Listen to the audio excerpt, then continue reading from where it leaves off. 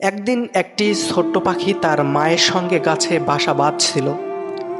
পাখিটি ছিল খুবই চঞ্চল এবং সবকিছু শিখতে চাইতো। তার মা তাকে শেখাচ্ছিলেন কিভাবে বাসা বানাতে হয়।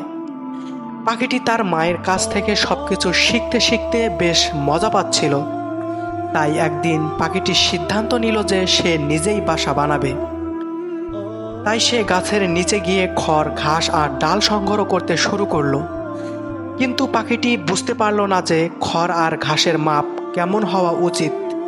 সে কোনোটা বেশি ছোট, আবার কোনোটা বেশি বড় করে নিয়ে আসছিল।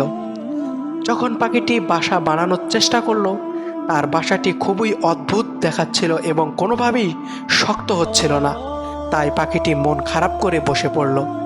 ঠিক তখনই তার মা এসে বললেন, সব কিছুতেই ধৈর্য আর মনোযোগ দরকার। তুমি যদি ভালো করে দেখো তবে বুঝবে কিভাবে ঠিকমতো সবকিছু করতে হয়।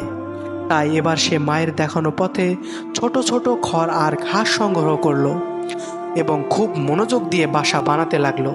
কিছুক্ষণ পর তার বানানো বাসাটি খুব সুন্দর ও মজবুত হয়ে দাঁড়ালো। তখন পাখিটি খুবই খুশি হলো এবং বুঝতে পারলো যে ধৈর্য আর মনোযোগ দিয়ে কাজ করলে সব কিছুই ভালোভাবে করা সম্ভব। আর আমরা এই গল্প থেকে এটাই শিক্ষা নিতে পারি যে ধৈর্য আর মনোযোগ দিয়ে কাজ করলে আমরা সফল হতে পারি।